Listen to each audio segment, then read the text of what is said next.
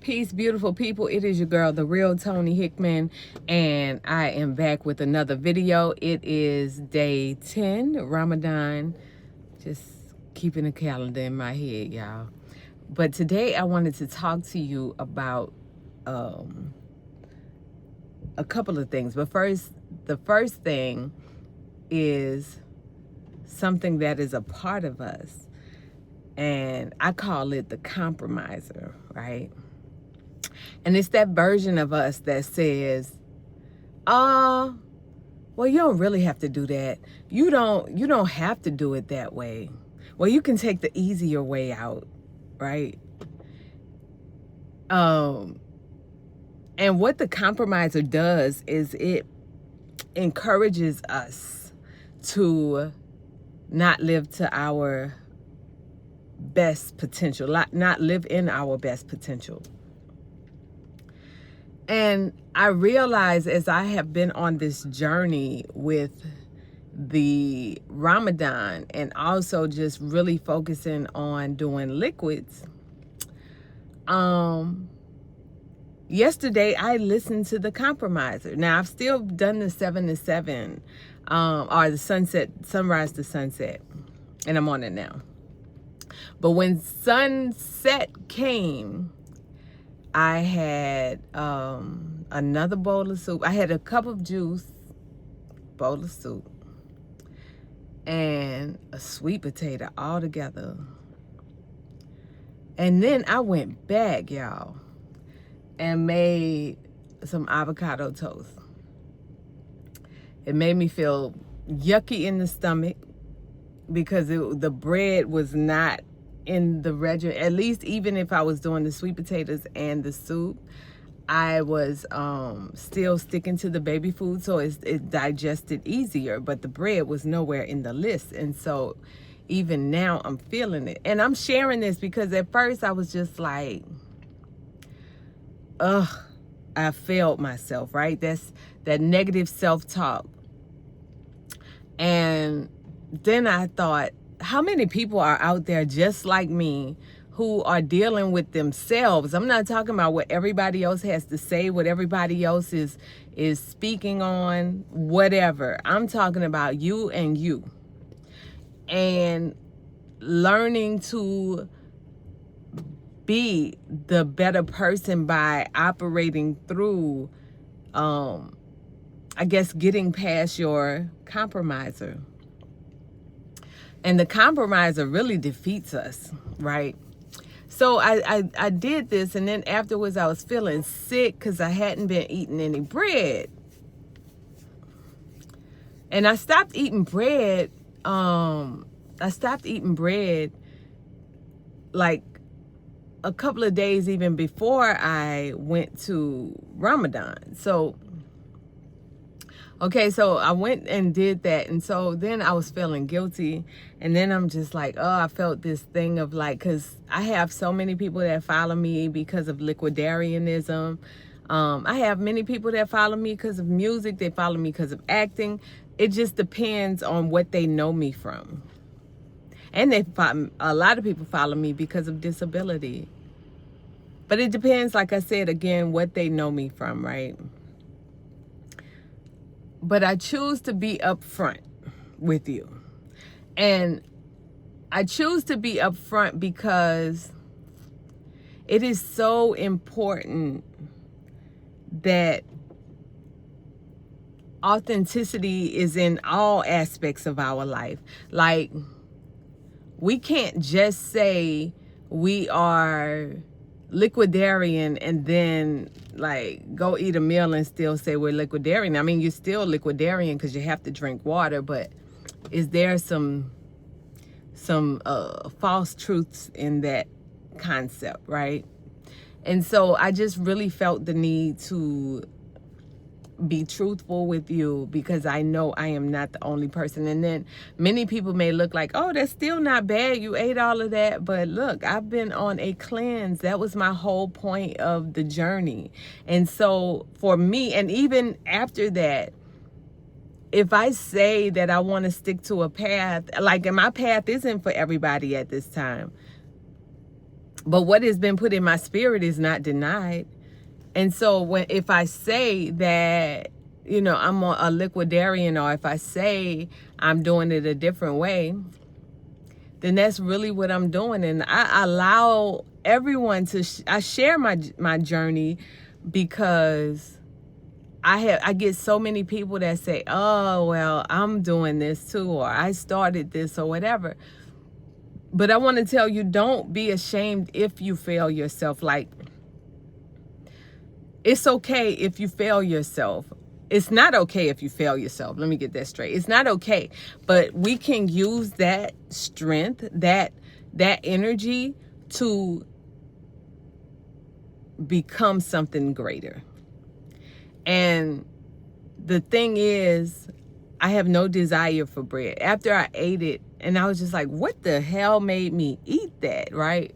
It was the parasites. I know it's the parasites. That's a whole nother subject, because a lot of people don't think they help us think. But I do. I believe them jokers control us to a degree. And the more we work on getting their butt out, that's the stronger they get.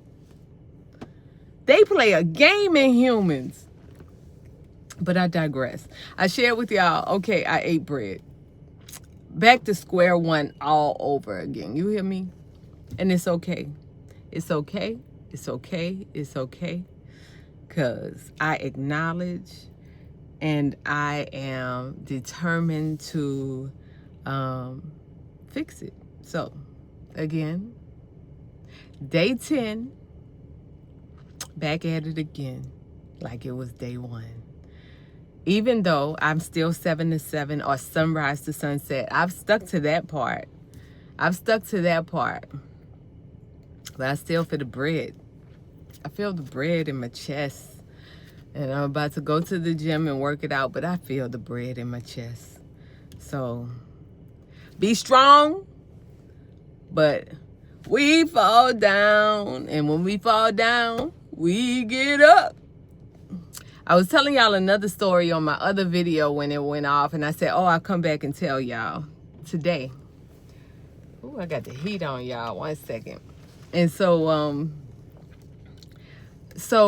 the story was, I was talking to my mother, because I'm so grateful that my mother has always been this open person.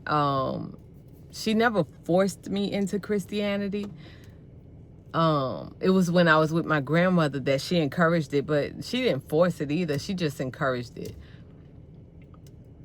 And I think a lot of people just go as like, oh, that's just what's supposed to happen. But anyway, I was talking to my mother about everything, my whole journey, like just my whole journey. And she told me this a long time ago, because my mother, when I was young, I was a child, and my mother, I used to have this white friend that lived up the street from me, a white girl. We used to play every day, Monica. I wish I could find her, because she was so cool. Or was she Amy? I had 2 white friends in Atlanta, and but she was so cool, and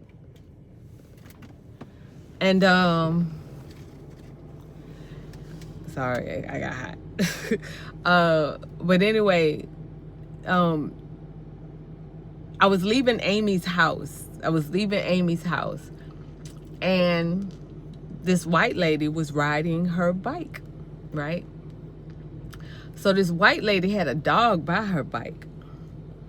And she sicked her dog on me. Like I heard her say sicker, sicko, yeah. And so she sicked her dog on me. And I ran into my mother's house, and I told my mom, I'm like, that lady sicked her dog on me. And my mom, this was before we moved to New Orleans, okay? Because we moved from New York to Atlanta briefly. Then I moved to the country. Then I moved to New Orleans. Long story. But anyway, my mama came outside. The lady came out, was in my mama's yard to get the dog, because I ran in before the dog got me. And my mom is like, you put your dog on my daughter. And the lady was like, yeah, I think she called her a nigger or something like that. But she did some ugly stuff. So next thing you know, I don't remember word for word, but my mom punched the lady. I think it was after she said nigga. And my mom punched the lady and bust her eardrum, right? The lady, they was fighting in the yard. I'm watching everything through the door. So they're fighting through the yard. This is my mama's property, okay? And when the police come, we're in Georgia still. So when the police come, they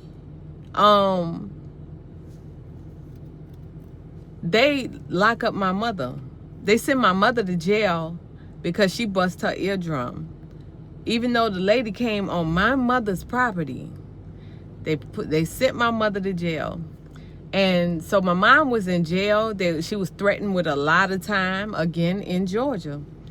And so my mother has stuck to this story through all of her changes in her health. Let me just share that with you, so it's not a lie. But my mother has stuck to this story about how my great-grandmother came in the courtroom with some papers and gave them to the judge and then walked out. And so when court was back in session or whatever, the judge was looking real mad, like really mad.